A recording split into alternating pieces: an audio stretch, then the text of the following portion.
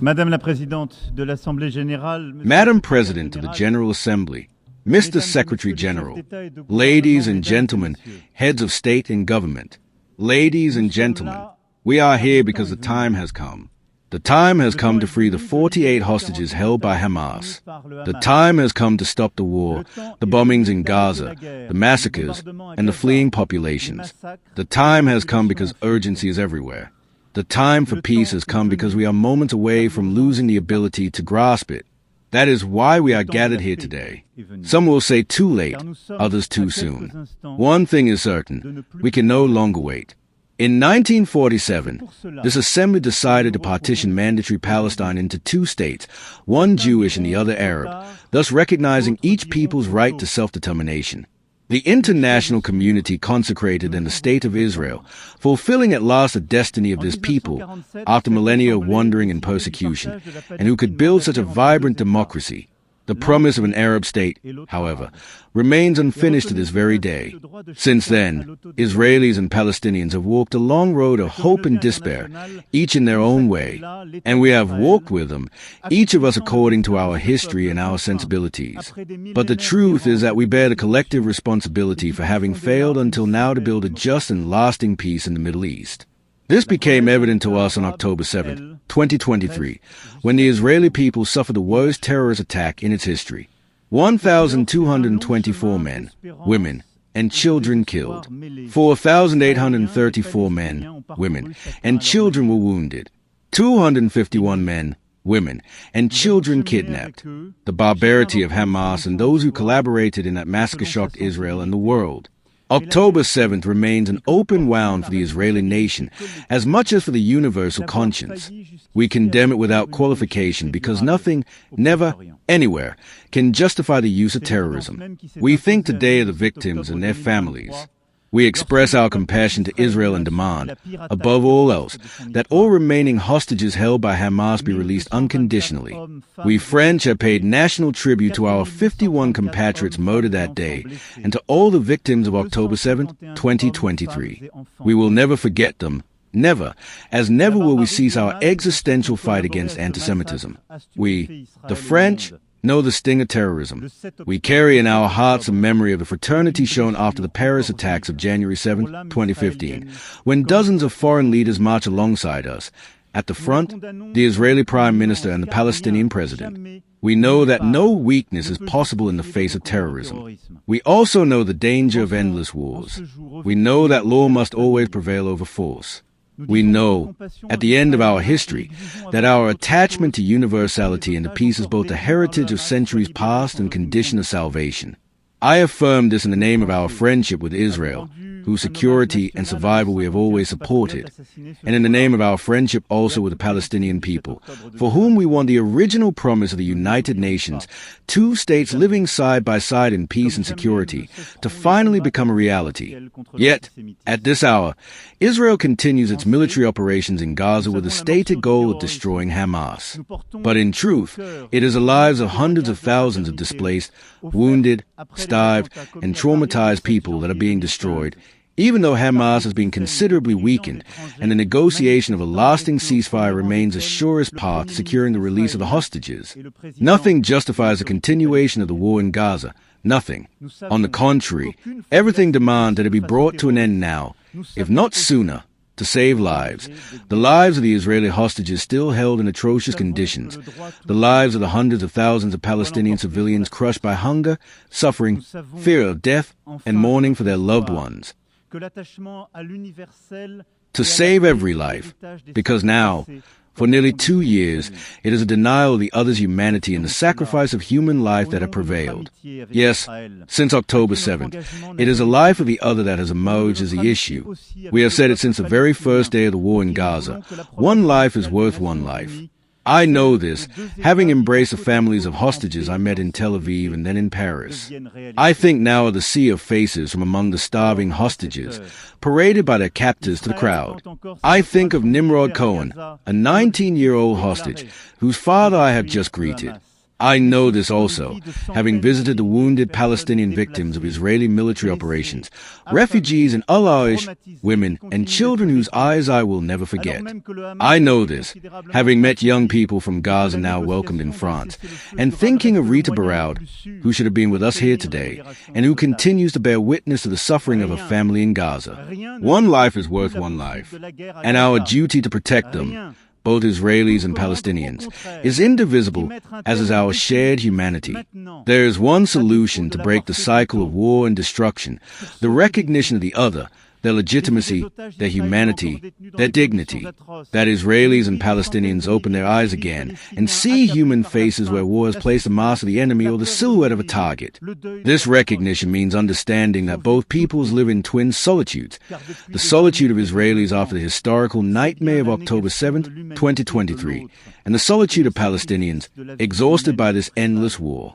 The time has come, because worse could still come: further sacrifices of innocents, the displacement of Gaza's population into Egypt, the annexation of the West Bank, the death of hostages in Hamas' hands, or irreversible faits accompli on the ground. That is why we must, here and now, open the path of peace. Since July, the pace of events has been terrible, and at this stage, we must fear that the Abraham Accords or Camp David Accords could collapse under Israeli action, making peace impossible in the region for a long time. We therefore bear historic responsibility. We must do everything to preserve the very possibility of a two-state solution, Israel and Palestine, existing side by side in peace and security. The time has come. That is why, faithful to the historic commitment of my country to peace in the Middle East between the Israeli and Palestinian peoples, I declare that France today recognizes the State of Palestine. This recognition affirms that the Palestinian people are not an unnecessary people, but rather, in the words of Mahmoud Darwish, a people who never say goodbye to anything, a people strong in history, rootedness, and dignity. And the recognition of the legitimate rights of the Palestinian people diminishes in nothing the legitimate rights of the Israeli people, whose existence France has supported since day one, and whose security it remains equally committed to. Indeed, we are convinced that only this recognition makes peace possible for Israel. Never has France failed Israel when its security was at stake, including against Iranian strikes. This recognition of Palestine is a defeat for Hamas and for all those who feel anti-Semitic hatred, indulge in obsessive anti-Zionism, and advocate the destruction of Israel. France's recognition is joined today by those of Andorra, Australia, Belgium, Canada, Luxembourg, Malta, Monaco, Portugal, the United Kingdom, and San Marino, who waited with us for this moment. I thank them. We answered the call made last July by choosing responsibility, firmness, and peace. This follows a decision taken by Spain, Ireland, Norway, and Slovenia in 2024, and by many others before them. This recognition opens a path toward useful negotiations, for Israelis as much as for Palestinians. That path is embodied in the Plan for Peace and Security for All, co-sponsored by Saudi Arabia and France, adopted by this Assembly with an overwhelming majority. It expresses our shared ambition to break the cycle of violence and change realities on the ground. We have been able to take one step closer together, shed our habitual postures, and set concrete goals.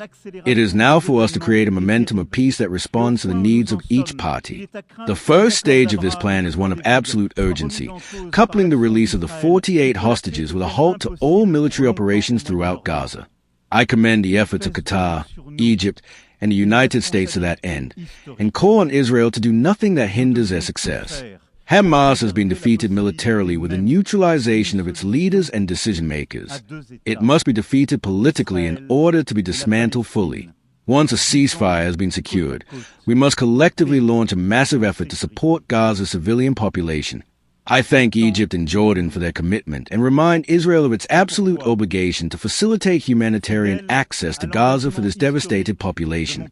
The second stage is stabilization and reconstruction in Gaza, a transitional administration, bringing together the Palestinian Authority and Palestinian youth, supported by international partners, will assume monopoly over security in Gaza. It will undertake the dismantling and disarmament of Hamas with the necessary support and resources. France is ready to contribute to an international stabilization mission and to support, together with our European partners, the training and equipping of Palestinian security forces. When negotiations permit, the Security Council will be able to decide the deployment of a civil and security support mission in coordination with the Palestinian authorities and with the consent of the Israeli authorities. The Palestinian state will also have to restore hope to its people, battered by years of violence, occupation, division, and dysfunction. It will need to offer them a renewed and secure democratic framework. President Mahmoud Abbas has given this commitment to Prince Mohammed bin Salman and myself. He has forcefully condemned the terrorist attacks of October 7, 2023. He has affirmed his support for Hamas disarmament and pledged to exclude it from the future governance of Gaza and all Palestinian territories. He has announced his commitment to fight hate speech and promised a deep renewal of Palestinian governance. France will monitor closely the full implementation of these commitments. Such a renewed Palestinian authority is a necessary condition for the success of the indispensable final status negotiations to which we must return. Within this framework, I will also decide to open an embassy to Palestine once all hostages in Gaza have been released and a ceasefire has been reached. France's expectations of Israel will be no less great. Together with our European partners, France will link the level of its cooperation with Israel to the measures it takes to end the war and to negotiate peace. This is how we will achieve a sovereign, independent, and demilitarized state of Palestine, encompassing all its territory, recognizing Israel and being recognized by Israel in a region that will finally know peace. I also expect our Arab and Muslim partners who have not yet done so to fulfill their commitments to recognize Israel and to establish normal relations with it once the state of Palestine is established. Thus, we will together demonstrate a double recognition in the service of peace and security for all in the Middle East. This, ladies and gentlemen, is our peace plan. It sets in motion a demanding sequence to leave war behind and enter a decisive phase of negotiation. It makes Israeli-Palestinian peace the first pillar of a new architecture of peace and security in the Near and Middle East. It also makes credible the possibility of greater economic integration. But none of this will be possible unless the Israeli authorities themselves fully embrace this renewed ambition for peace and the two-state solution. I know their reluctance and their fears. I listen with deep respect to the Israeli people, their sadness and their exhaustion, and I want to believe that their leaders too will listen and will know how to take their turn to act. I know the Israeli people and their leaders are capable of this strength. I remember the young man I was, learning of the terrible assassination of Yitzhak Rabin nearly 30 years ago, murdered for having sought peace. At the very moment death was about to claim him, Israel's heroic warrior statesman spoke these words: "I wage war as long as there was no chance of peace." That chance exists here, today. 142 states now propose this peace, with open hands ready to be shaken. So yes, the time has come to stop the war in Gaza, the massacres, the deaths, at once. Urgency commands it. The time has come for Israel to live in peace and security, from Galilee to the Red Sea, by the Dead Sea, by the Sea of Galilee, and through Jerusalem. The time has come that the existence of the State of Israel is never questioned anywhere, but accepted as an obvious fact. The time has come to render justice to the Palestinian people by recognizing a brotherly and neighboring state of Palestine in Gaza, the West Bank, and Jerusalem. The time has come to banish from these lands a hideous face of terrorism and to build peace. Yes, to build peace. That is what unites us here, and that is a hope that can be built. Just as for some, a new year begins. It is a choice to be made, and it is our duty. Peace is far more demanding, far more difficult than any war, but the time has come. Thank you for your attention. Mais le temps est venu.